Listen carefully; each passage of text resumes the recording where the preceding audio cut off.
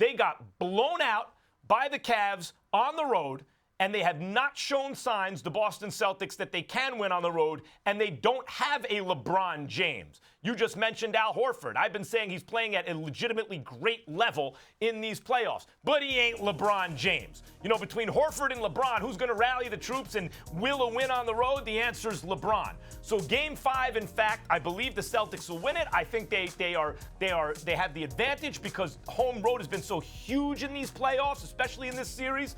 But that does not mean the pressure's on Cleveland. That means the pressure's on Boston. They absolutely cannot afford to lose a home game, or else your prediction of Cavs in 6 probably comes true.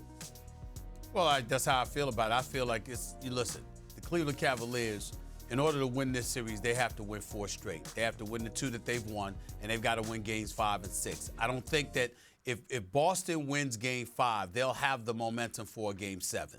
And I think that in Boston, at TD Bank Garden, with that hostile crowd, I've got real trepidation as to whether or not the supporting cast of LeBron James is going to show up in that Game 7. I just do. But I do believe there's a better possibility for them to show up in Game 5.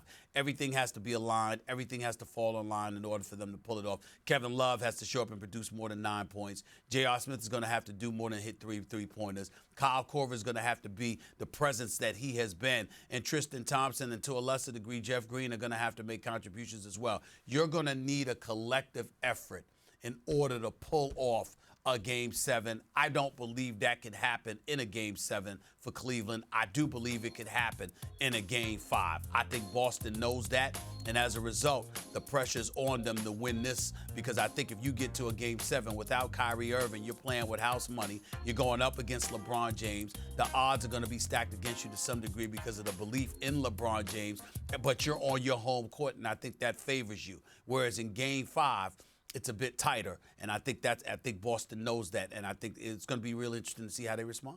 So let me get this logic. You're saying that because Boston has home court, the pressure's on Cleveland because they're eventually going to have to win a road game, and easier to win at Game 5 than Game 7. It's easier to win Game 5 or It's easier to win Game 5 or Game 7, but I'm saying to you, I think Boston has more confidence in Game 7.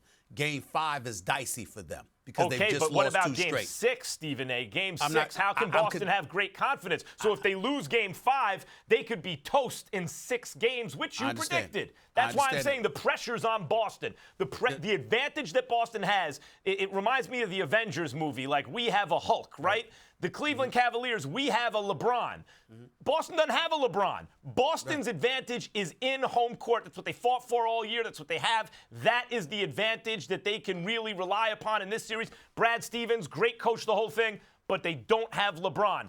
They must defend home court. They cannot afford to lose at home. Boston is losing Game 6 no matter what.